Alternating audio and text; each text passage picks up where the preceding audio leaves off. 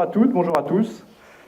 Je suis enchanté de vous accueillir pour cette finalement deuxième édition de la journée utilisateur Multigest concernant les conseils généraux. Je voudrais d'abord remercier la MDPH de Paris, en la personne de son directeur, M. Voisin, et messieurs Salah et Roron, qui nous permettent de nous retrouver aujourd'hui dans cette salle magnifique. Une salle que nous avions choisie il y a quelques mois quand on a commencé à préparer cette journée. Je voudrais remercier également nos témoins d'aujourd'hui qui vont témoigner sur leur utilisation de Multigest dans leurs organisations. Donc messieurs Simaes, Dubois et Wagon du CG et de la MDPH 59.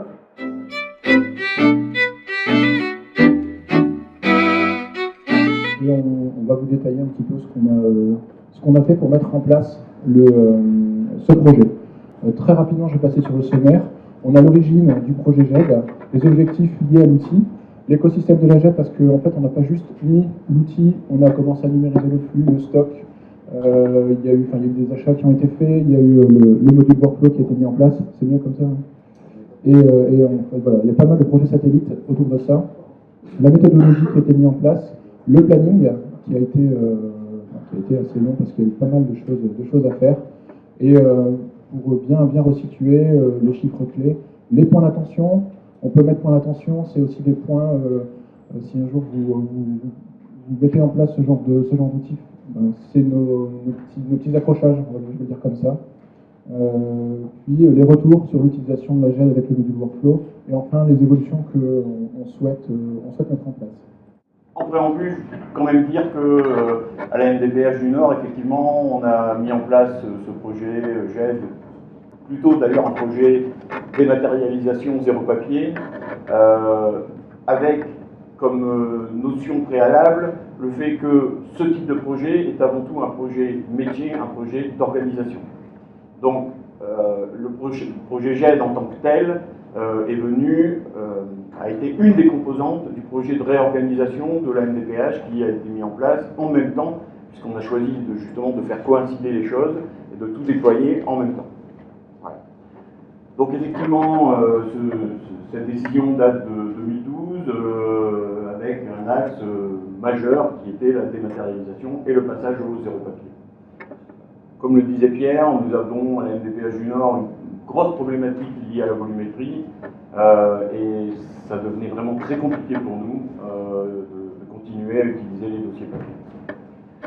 Donc le projet GED s'est mis en place en parallèle du projet de réorganisation complète et dans l'objectif aussi de recentrer les professionnels sur le cœur de métier, c'est-à-dire la gestion du dossier de l'usager, et de les affranchir des tâches annexes. Donc vous verrez, les tâches annexes, c'est par exemple mettre les notifications sous enveloppe, c'est décortiquer les courriers qui arrivent, etc., etc. Donc nous avons procédé à bon nombre d'externalisations de ces process qui pour nous avaient peu de valeur ajoutée au regard du métier de la MDPH. En dehors de ces aspects, on s'est très vite rendu compte, en commençant à travailler sur le projet GED, qu'il était impossible pour nous de ne pas avoir un outil qui nous permette de gérer nos flux, puisque quand on est en mode papier, on a des armoires, on a des piles de dossiers qui se déplacent d'une armoire à une autre, d'un bureau à un autre, d'une classothèque à un bureau, qui se déplacent d'une bannette à une autre sur un bureau. Et toutes ces actions-là, on s'est dit, mais si on retire le papier, comment est-ce qu'on va les gérer? En sachant qu'effectivement, dans notre outil métier qui est IODAS, il y a bien le portefeuille, mais il est très pauvre par rapport aux informations qu'on peut avoir. On ne peut même pas faire de recherche dessus. Donc c'est vraiment très limité. Donc dès le départ, on a dit, il nous faut un outil de workflow. GFI n'a pas répondu positivement à cette demande. Ce qu'Eric Archivage a fait, voilà pourquoi il y a aujourd'hui un outil workflow et un tableau de bord qui est dans la GED, même si naturellement ce type d'outil devrait se trouver dans l'outil métier. Alors les objectifs, là c'est pour recentrer, mais je pense que vous les connaissez.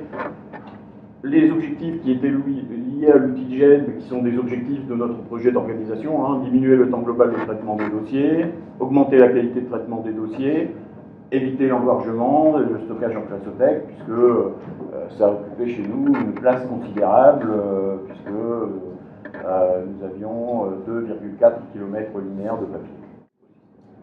Je vais reprendre la main sur l'écosystème de la GED. Comme je le disais, la GED, c'est pas juste l'installation d'un logiciel et après on lâche les agents dessus.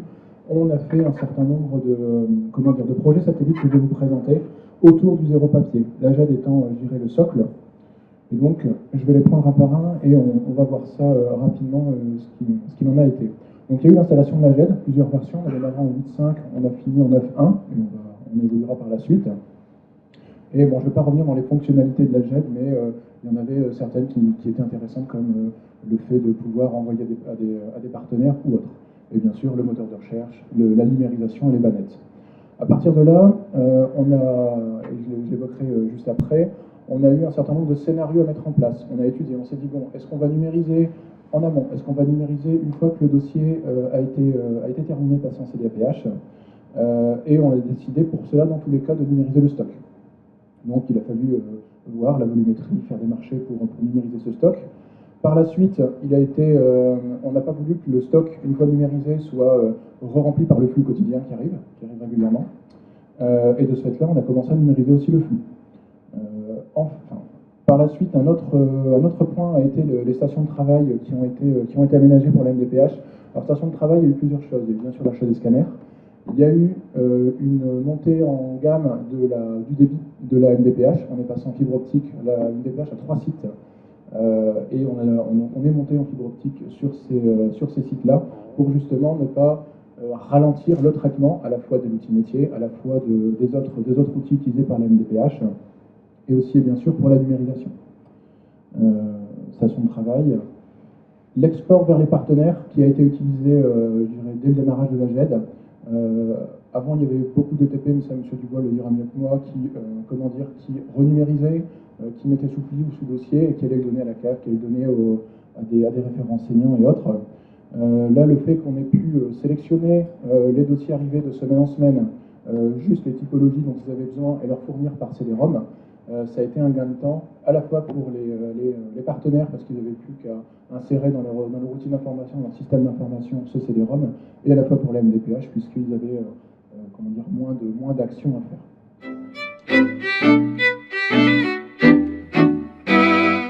Je fais partie du groupe utilisateur, comme mon collègue dit là-bas, GFI, où on travaille sur les échanges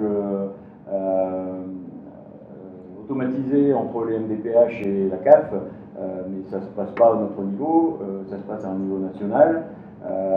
Et comme ces échanges n'étaient pas en place, nous avons proposé chez nous, à la CAF du Nord, de travailler avec des CD-ROM à partir des exports faits par Multigest, et ils ont très facilement intégré dans leur système d'information les exports que nous leur envoyons.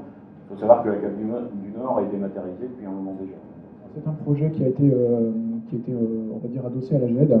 La GED numérise les documents, les stocks, et en fait, on s'est rendu compte que la MDPH avait un gros traitement sur l'envoi des courriers aux usagers. Et ce qui s'est passé, c'est qu'on a externalisé cette fonctionnalité. Donc on a fait un marché, c'est l'imprimerie nationale qui est partie dessus, qui a pris ce marché.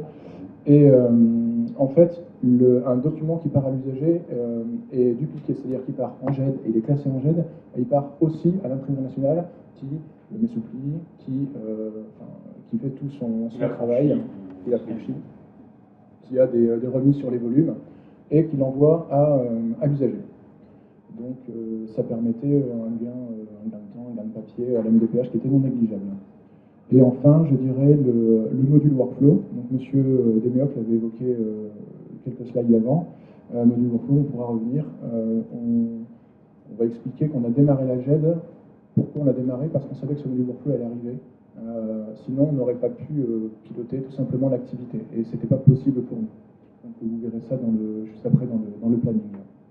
Pour repréciser 2-3 points, par rapport aux stations de travail, c'est vrai que nous, on a eu des exigences aussi au niveau des postes de travail de l'utilisateur, à la fois des postes de travail individuels, mais aussi on a mis en place, nous, des postes de travail dédiés pour des équipes pluridisciplinaire de premier niveau, de second niveau.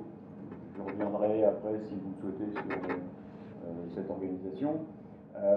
Mais par exemple, un poste de travail d'équipe pluridisciplinaire de premier niveau chez nous, c'est un binôme qui évalue des dossiers. Donc chez nous, ça représente une machine avec un double écran, une machine avec un simple écran, et des postes de travail comme ceux-là, on en a 16 voilà, qui ont été mis en place. Donc, il y a eu deux choses qui ont été menées en parallèle. D'abord, on a eu le soutien d'un prestataire pour nous,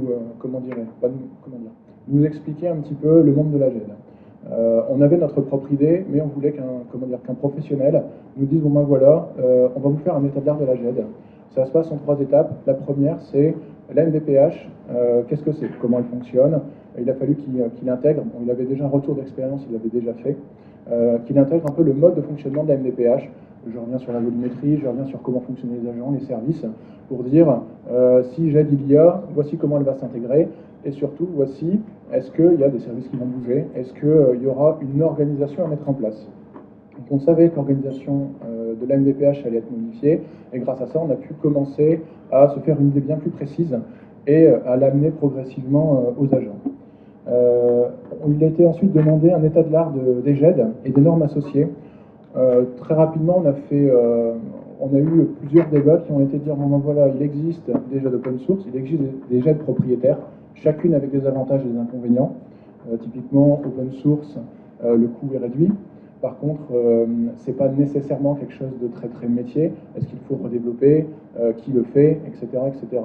Et les GED propriétaires, on avait dans l'idée de dire c'est propriétaire, c'est peut-être plus métier, mais quid de l'évolution? Est-ce que si la MDPH dit ben voilà, moi je veux un bouton qui fasse ça, on ne dit pas ben, c'est dans X version, on ne peut pas le faire, voilà, on voulait pas, on avait cette idée et on voulait voir si c'était vrai ou pas.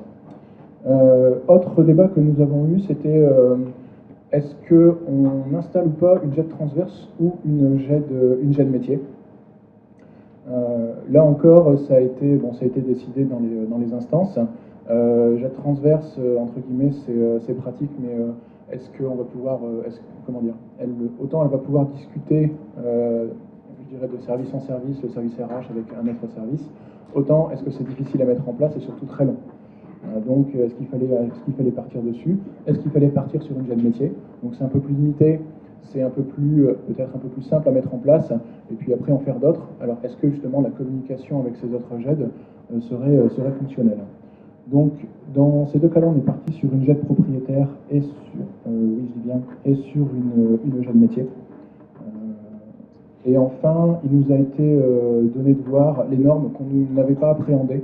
On a aussi travaillé avec les archives départementales là-dessus, et on a demandé à ce qu'on ait une vision claire du CEDA et aussi de la norme, donc à l'époque c'est la 42013, pour savoir un peu, la GED c'est bien, entre guillemets, bien joli, mais la MDPH, une fois que tout ce qui est courant va passer en intermédiaire et en définitif, qu'est-ce qu'on en fait? Est-ce qu'on doit garder? Est-ce qu'on doit détruire?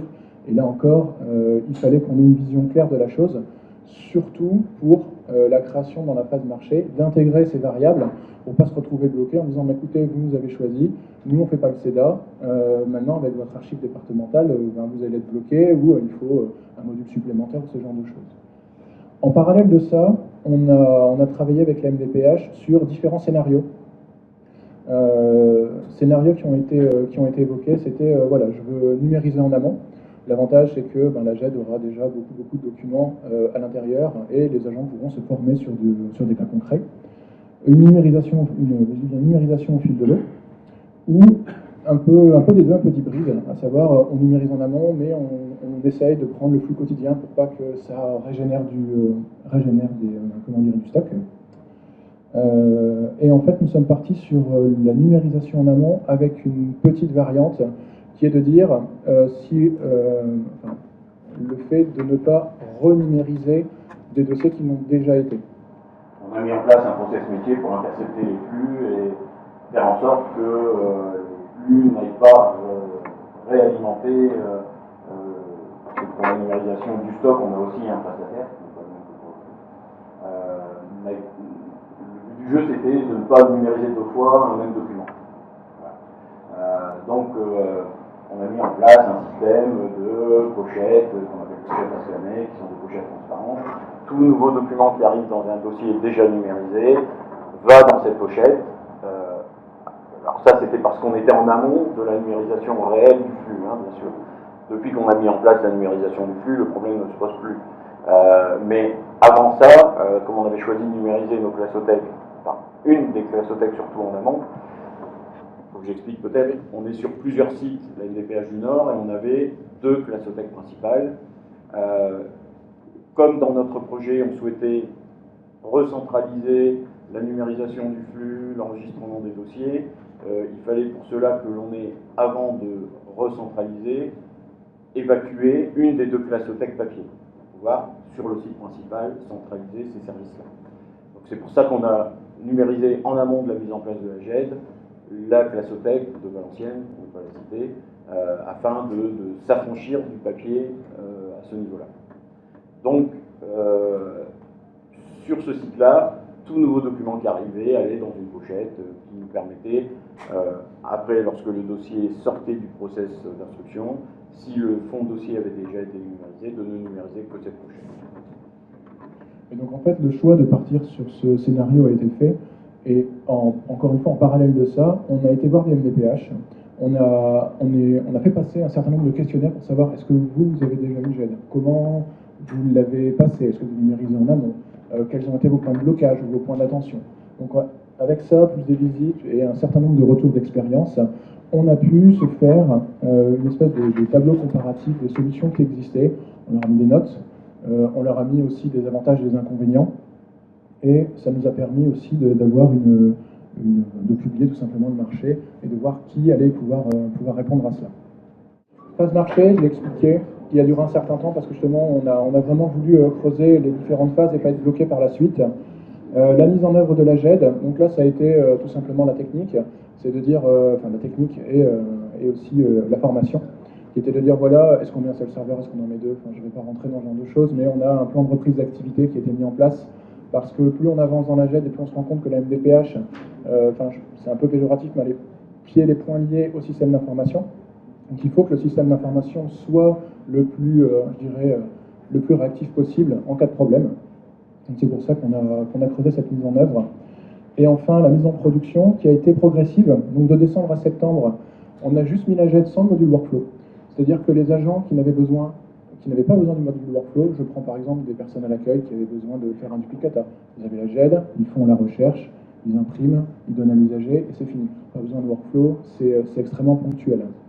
Donc ils ont pu se faire la main.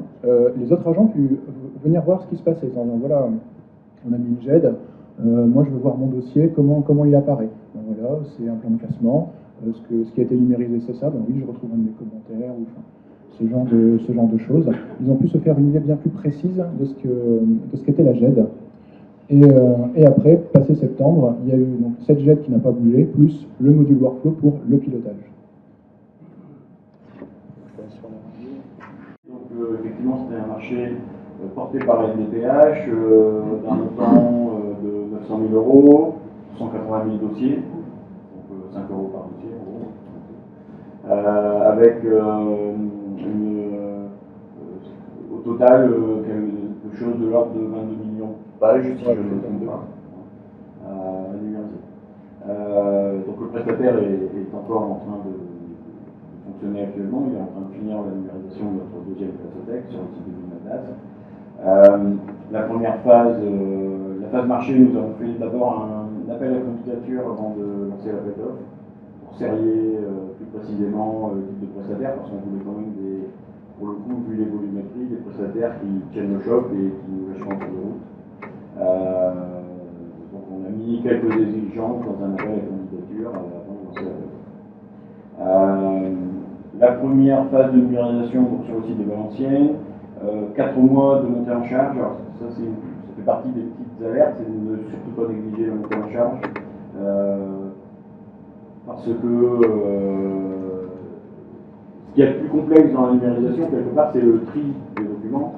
Et la NDPH a une telle variété de documents que pour quelqu'un qui est dedans, ça peut paraître évident. Quelqu'un qui n'y est pas, c'est parfois un casse-tête insoluble. Et pour les agents du prestataire, au départ, ça a été un peu compliqué. On a d'ailleurs dû nous réintervenir parce que au départ, il n'était pas prévu qu'on intervienne au niveau du prestataire. Par contre, au bout de 2-3 semaines, on a dit, bon, attendez, on va nous réintervenir, refaire une formation auprès de vos agents, parce que sinon, ils ne vont jamais s'en sortir, parce que les cadres du prestataire n'avaient eux-mêmes pas bien intégré le plan de placement et les différentes typologies. Donc, ne pas négliger la montée en charge du prestataire, parce que, bon, nous, on l'avait prévu, mais on avait plutôt mis 2 mois que 4 mois. Donc une forte temporalité sur la conception. On a dessiné tout simplement ce qu'on voulait, le tableau qu'on voulait avoir, les colonnes. Donc après, on a fait aussi pour que tout ce qui soit demandé soit fait en standard.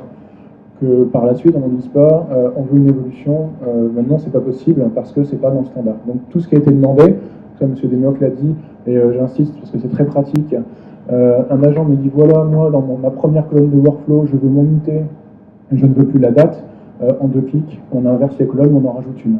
Donc ça, c'est très très bien que ce soit modulaire. Et donc il a fallu passer par le fait de le demander et que ce soit fait. Donc phase marché. Et enfin la mise en œuvre. Donc on a monté de version pour disposer de la toute dernière version multigeste pour avoir le module, pour pouvoir installer le module workflow. Alors petit point de détail sur la mise en œuvre, 5 mois ça peut paraître trop long. Si vous regardez bien la date, la mise en œuvre c'est septembre.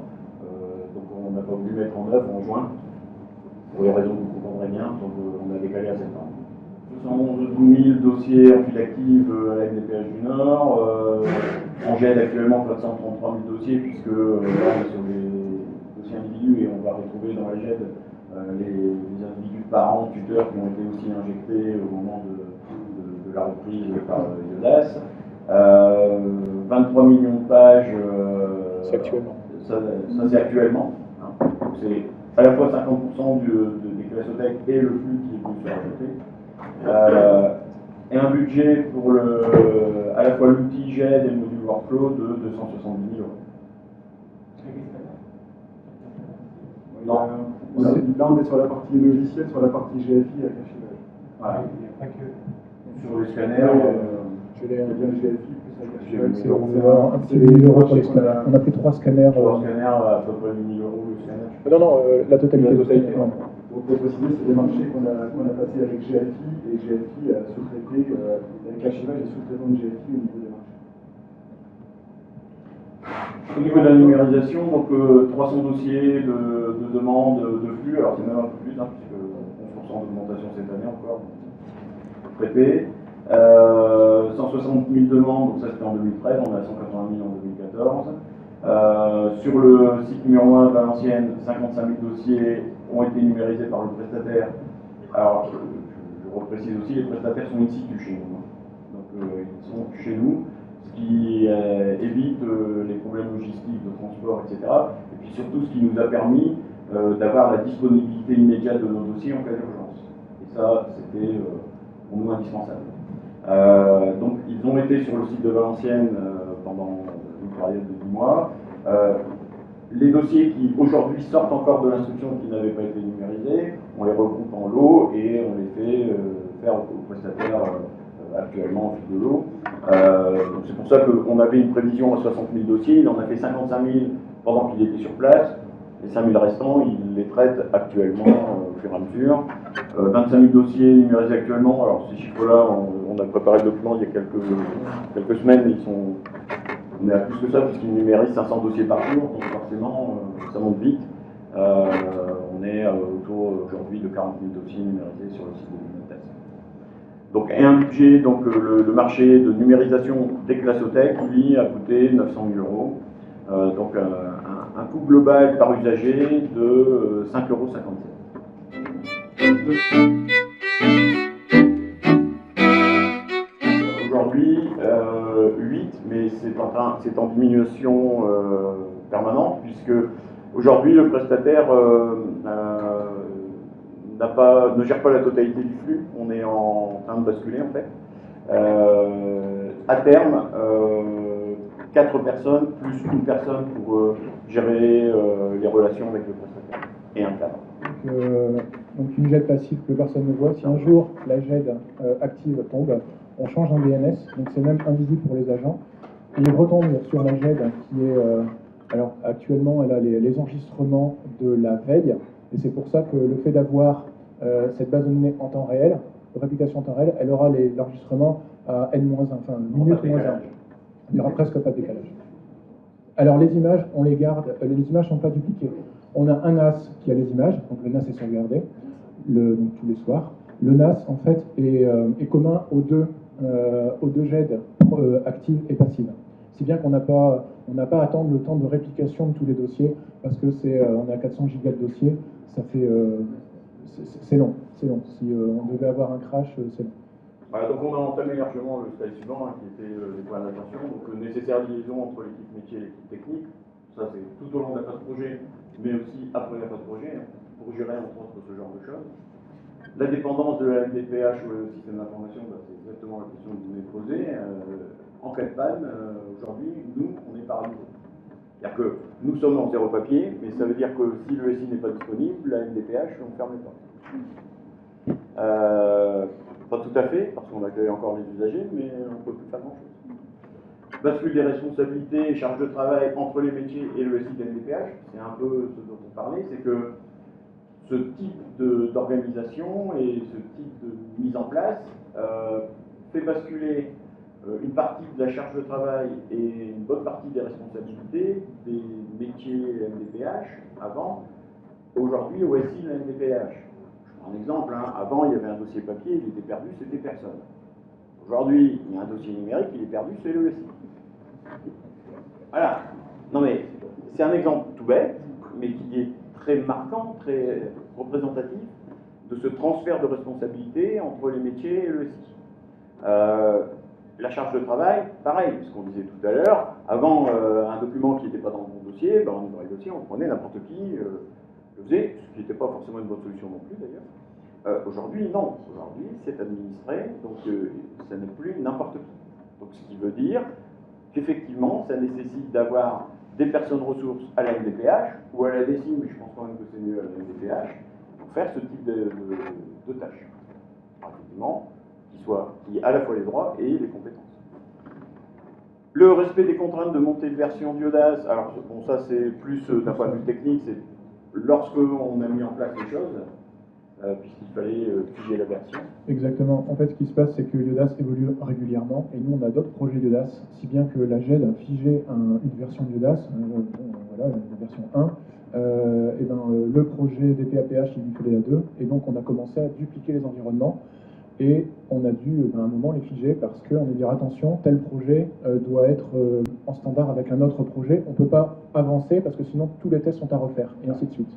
On est sur une base commune avec PAPH du département. Donc il a fallu bien cranter les plannings de chaque projet pour dire voilà, mardi tu montes de version car j'ai fait tous mes tests, tu peux y aller, on sait que c'est bon, et ainsi de suite. Donc ça a parfois ralenti et il faut prendre ça en compte nous on a dû prendre ça en compte tout du moins pour la GED.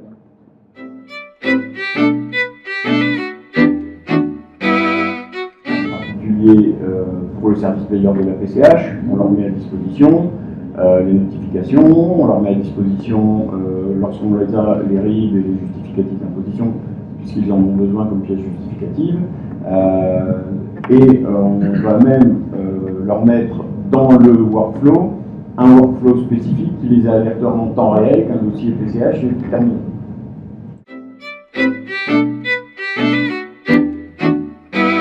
Non, là, je fais moi le connecteur est unidirectionnel. Je vais parler rapidement les retours sur l'utilisation de la Z. Alors la plupart de ces retours sont des retours des professionnels de la MDPH. Pas forcément moi, ou pas que moi. Donc facilité de prise en main, facilité de consultation d'un dossier, donc les 3 clics contre 3 jours. Et encore quand je dis 3 jours, chez nous c'était parfois plus. Amélioration de la qualité de l'accueil, puisque aujourd'hui on a la possibilité de voir le dossier usager, ce qui n'était pas possible avant qu'on mette en place la GED.